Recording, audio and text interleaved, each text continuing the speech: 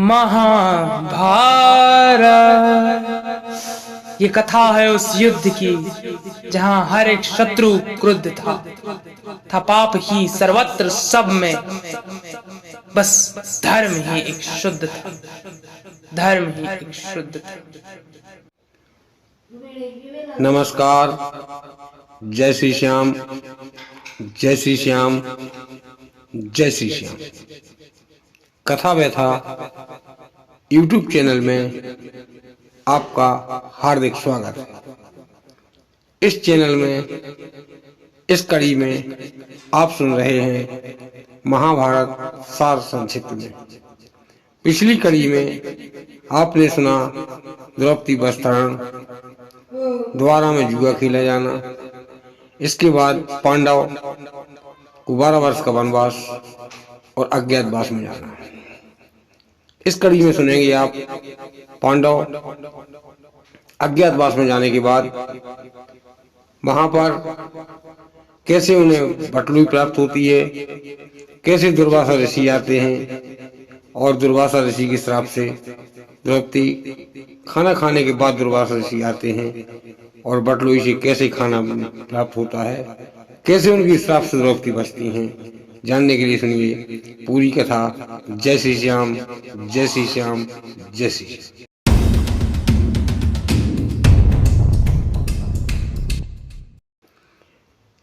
अब आप सुनेंगे पांडव अपने इंद्रप्रस्थ को छोड़कर वहां से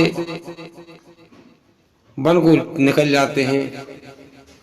दुर्योधन, कर्ण, समस्त शकुनी, समस्त कौरव बहुत खुश होते हैं कि अब तो इस इंद्रप्रस्थ का सारा धन, सारी संपदा, सारा खजाना हमारा है। लेकिन यह उनका केवल वहम होता है, क्योंकि वह भगवान कृष्ण के आदेश पर बना होता है। जो उनका राजकोष होता है, जहाँ सारा धन रखा जाता है, वह स्वतः ही लुप्त हो जाता है, क्योंकि उसमें वासुकी नाग का पहरा था जो कुछ समय के लिए समुद्र में चले गए थे।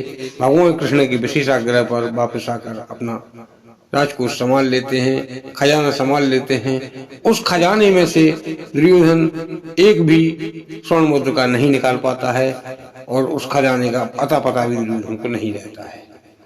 इसके बाद धन नहीं होता है, वैभव भी आधे से ज्यादा नष्ट हो जाता है और दुर्योधन मन मार कर रह जाता है कि चलो हमारे लिए महल मिल गया तो इसमें वही काफी है।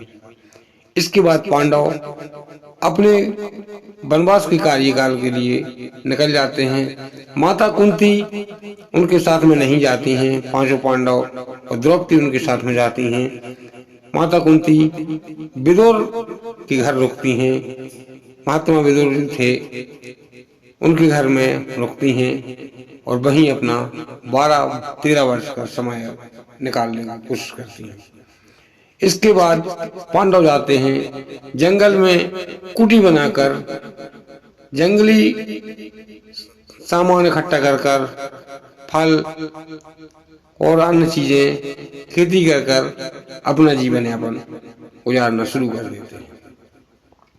कुछ कठिनाइयां होती हैं, क्योंकि जो महलों में रहने वाला राजकुमार हो वो एकदम से जंगल में निकल जाए तो कठिनाई की तो बात ही होती है। लेकिन भगवान का नाम लेते हुए सारी कठिनाइयों को दूर हो जाती हैं। इसके बाद भगवान का नाम लेते हुए भगवान का स्मरण करते हैं।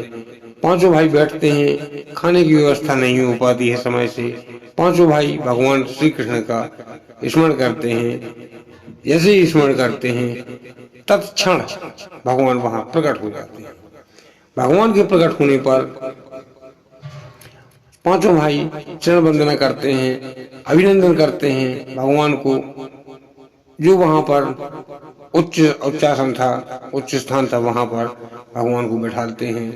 भगवान पांचों भाइयों को साथ में बैठाकर द्रौपदी को बुलाते हैं और द्रौपदी से कहते हैं कि हे द्रौपदी, अब मेरी एक बात सुनो। तुम अग्निसुता हो और तुम इतनी परेशान क्यों हो रही हो? इस पर द्रौपदी कहती हैं, हे भगवान, हे भैया, मैं क्या कर सकती हूँ? मेरे बस में कुछ नहीं है, आप ही कोई रास्ता बताएं।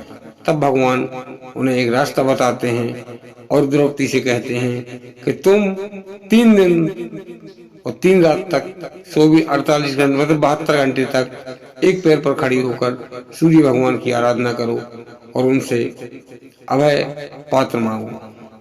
द्रौपदी उनके कहने पर ब्रह्म मुहूर्त में उठकर भगवान सूर्य की एक पैर पर और एक पैर के अंगूठे पर खड़े होकर ऊपर हाथ कर ओम भास्कराय नमः मंत्र का जाप करती हुई 3 दिन और 3 रात तक भगवान सूर्य भास्कर का नमन करती हैं, पूजन करती हैं, मंत्र का उच्चारण करती हैं। चौथे दिन ब्रह्म मुहूर्त में भगवान भास्कर यानी कि भगवान सूर्य प्रकट होते हैं और द्रौपदी से कहते हैं, हे द्रौपदी, हम तुम्हारी तपस्या से प्रसन्न हैं, तुम वरदान मांगो। इस पर द्रौपदी कहती हैं, हे प्रभु, मुझे कुछ नहीं चाहिए, बस मेरा परिवार सुख से चलता रहे, मेरी कामना इतनी ही है। इस पर भगवान भास्कर कहते हैं, हे द्रौपदी, तुम और भी कुछ मांग सकती हो। इस पर द्रौपदी कहती हैं कि हे भगवान, यदि आप कुछ मुझे देना चाहते हो तो मैं एक स्त्री हूँ, मैं खाना बनाने के लिए परेशान होती हूँ जंगल में, कभी लकड़ी मिलती है, कभी बरसात हो जाती है, कभी अन्न मिलता है, कभी नहीं मिलता है, तो मुझे ऐसा कोई पात्र दे दीजिएगा जिससे मैं और मेरा 5 पांडव भोजन कर सके। इसके बाद वह भगवान भास्कर कहते हैं, ठीक है द्रौपदी, हम तुम्हें एक पात्र देते हैं, उसे अक्षय पात्र कहा गया है।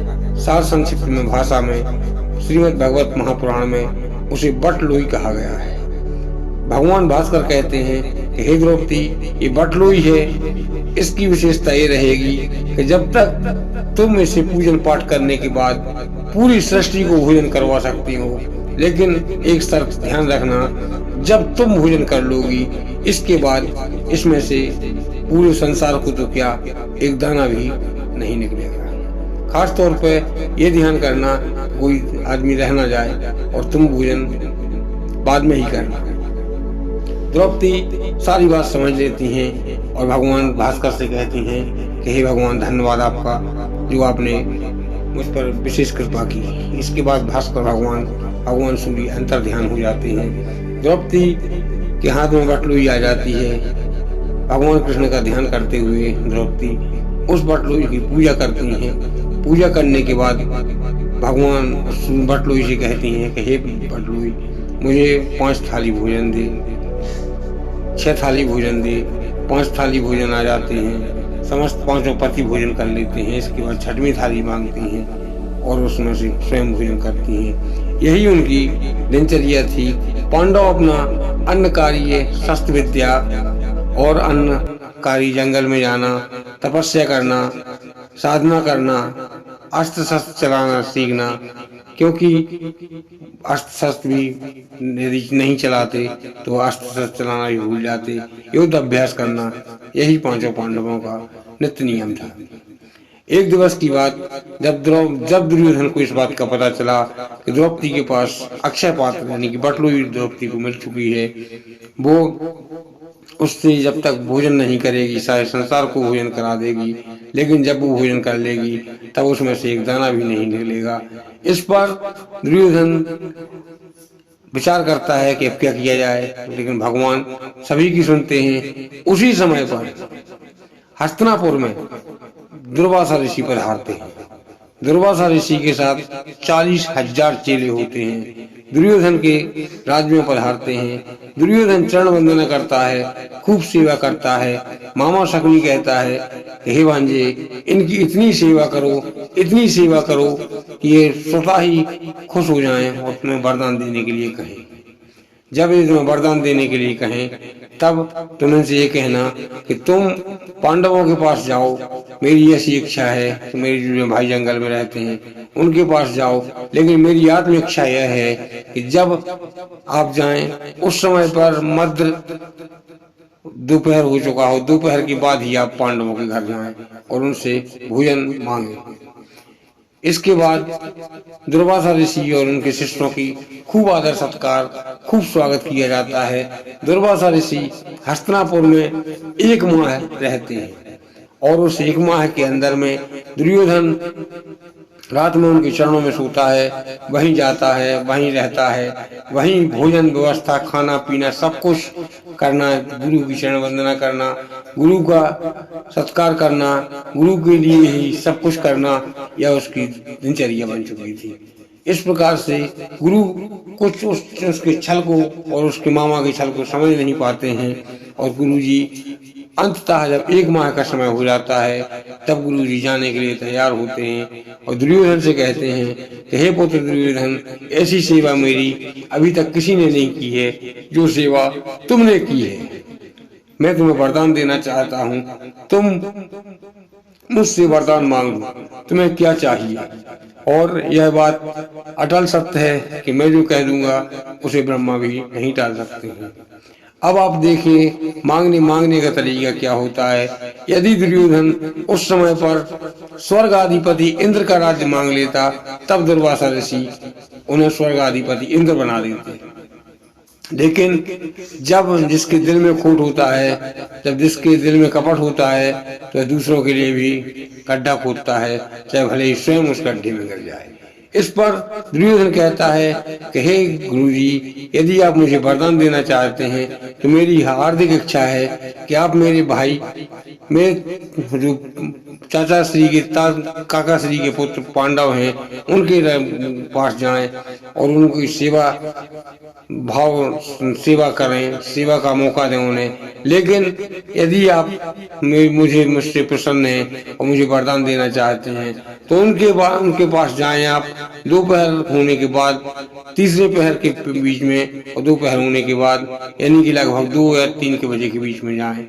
तो मेरी ऐसी इच्छा है, अब आगे आप जैसा भी समझे। वह वरदान देते हैं कि हे दुर्योधन, मैं तुम्हें वरदान देता हूँ कि मैं पांडवों के पास जब भी जाऊंगा, 1 या 2-3 दिन में, जब जितने दिन में पहुंचूंगा, लेकिन पांडवों के पास जाऊंगा उस समय पर जबकि दोपहर और तीसरे पहर के समय के बीच में ही जाऊंगा। इस पर वहां से वह विदा लेते हैं। दुर्योधन चरण वंदना करता है और वहां से खुश होते हुए दुर्वासा ऋषि पांडवों की ओर चल देते हैं। अब जब पांडवों की ओर चलते हैं, पांडवों को इस बारे में कोई भी बात का पता नहीं था कि गुरुदेव दुर्वासा ऋषि पधार रहे हैं। इस पर जब पांडवों को यह पता चलता है, वह सामने कुटिया के सामने आ जाते हैं द्रौपदी की, क्योंकि रास्ता दुर्योधन तो पहले ही प्रस्ताव कर चुका था, दुर्योधन पहले ही रास्ता बता चुका था। और जब द्रौपदी की कुटिया के समीप आते हैं उस समय पर युधिष्ठिर कुटिया में होते हैं। युधिष्ठिर जैसे ही उन्हें देखते हैं तब गुरु की चरण वंदना करते हैं और 5 भाइयों को बुलाते हैं, द्रौपदी को बुलाते हैं और जैसे ही गुरु जी आते हैं गुरु का भव्य स्वागत किया जाता है। जितना भी वह कर सकते थे उनके हिसाब से भव्य स्वागत होता है। गुरु जी खुश हो जाते हैं। गुरु जी कहते हैं कि हे युधिष्ठिर, मेरी एक इच्छा है, यदि तुम पूरी कर सको। तब युधिष्ठिर कहते हैं, हे गुरुदेव, आप अपनी इच्छा जाहिर कीजिए, मैं आपकी इच्छा को अवश्य पूर्ण करूंगा। इसके बाद गुरु जी कहते हैं कि मेरी इच्छा है कि मैं और मेरे 40,000 चेले हैं, वह तुम्हारे यहाँ भोजन करना चाहते हैं, क्या इसका प्रबंध तुम कर पाओगे।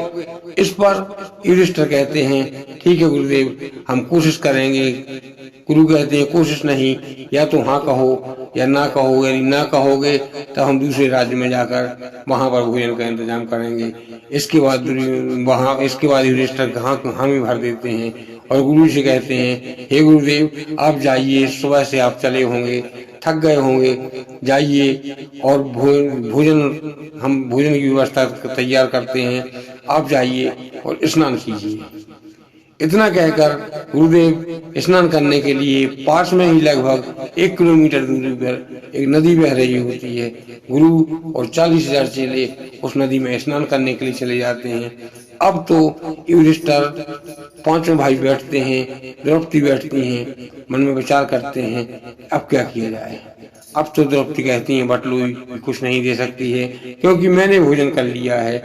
भगवान सूर्य के हिसाब से यदि द्रौपदी भोजन कर लेंगी तब बटलुई कहीं कुछ नहीं देगी। इस पर पांचों भाई और माँ पांचों भाई द्रौपदी समेत नेत्र बंद करते हैं। ओम नमो भगवती वार मंत्र का जाप करते हैं। ओम कृष्णाय नमः मंत्र का जाप करते हैं और भगवान कृष्ण दरवाजे पर दस्तक देते हैं।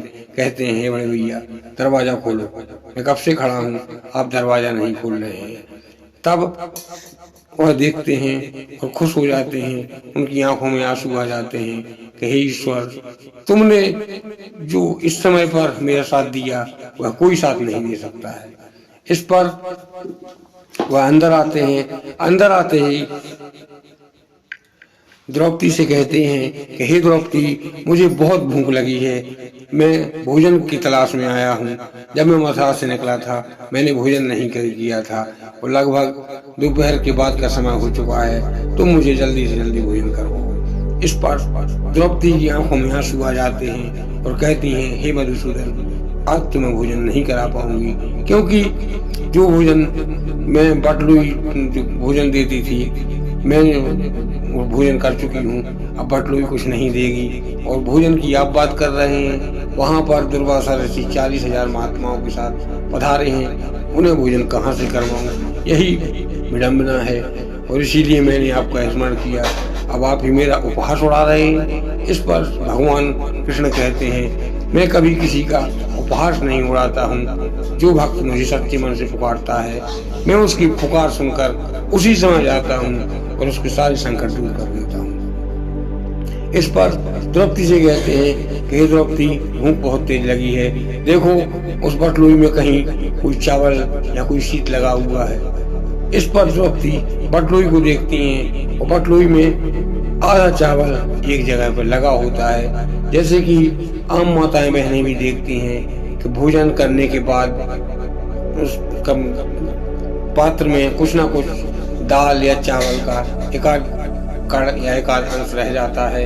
इस पर द्रौपदी कहती हैं, हे मधुसूदन, अब तो यह आधा शीत ही है, इससे आपको काम चलाना होगा। भगवान कहते हैं, ठीक है द्रौपदी, जैसी तुम्हारी इच्छा होगी। इस पर भगवान वह आधा शीत खा लेते हैं। आधा शीत खाने के बाद जैसे ही पानी पीते हैं और पेट पर हाथ फेरते हैं, कहते हैं, हे द्रौपदी, आज तो तुमने इतना खिला दिया है कि मैंने इतना कभी नहीं खाया है। और इसके बाद भगवान कहते हैं, ठीक है द्रौपदी, अब हम जा रहे हैं। और भगवान चले जाते हैं। अब वहां पर जो दुर्वासा 40,000 चेले होते हैं वह देखते हैं कि उन नहाते नहाते उन सारे ऋषियों के पेट इतने भर जाते हैं कि उनकी खाना की इच्छा ही नहीं होती। जब इच्छा नहीं होती तब वह माया नहीं समझ पाते हैं और कहते हैं, चलो अब तो भोजन की इच्छा ही नहीं रही, अब तो ऐसे लग रहा है जैसे 56 व्यंजन का भोजन कर चुके हों। चलो फिर भी युधिष्ठिर और द्रौपदी को आशीर्वाद देते चले और आगे चलेंगे।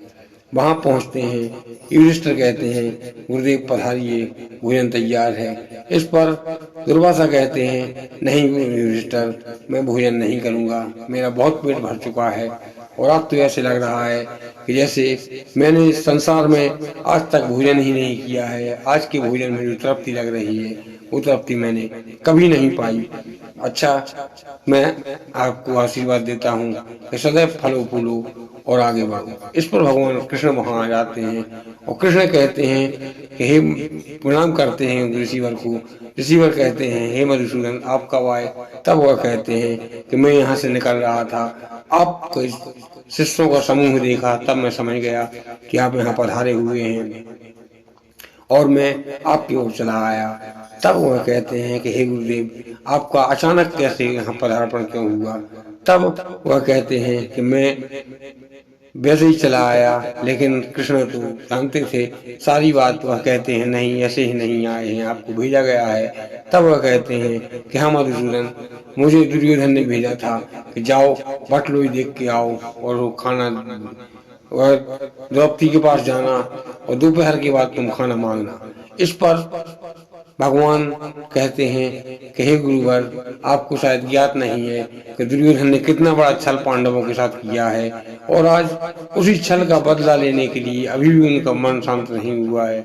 उसी छल का और बदला लेने के लिए आपको इस समय पे भेजा जिस समय पर द्रौपदी भोजन कर चुकी है कि आप जाएं और पांडवों को श्राप दे दें कि वह श्राप में कुछ भी कह सकते हैं। तब वह देखते हैं और दुर्योधन से कहते हैं कि हे दुर्योधन, तूने मेरे साथ छल किया है, जा, तू कभी सुखी नहीं रहेगा। इसके बाद दुर्वासा ऋषि चले जाते हैं। भगवान कृष्ण और पांचों पांडव बैठते हैं। भगवान कृष्ण सारी बात उन्हें बता देते हैं। इन्हीं शब्दों के साथ अपनी वाणी को विराम देता हूँ। शेष कथा अगली कड़ी में।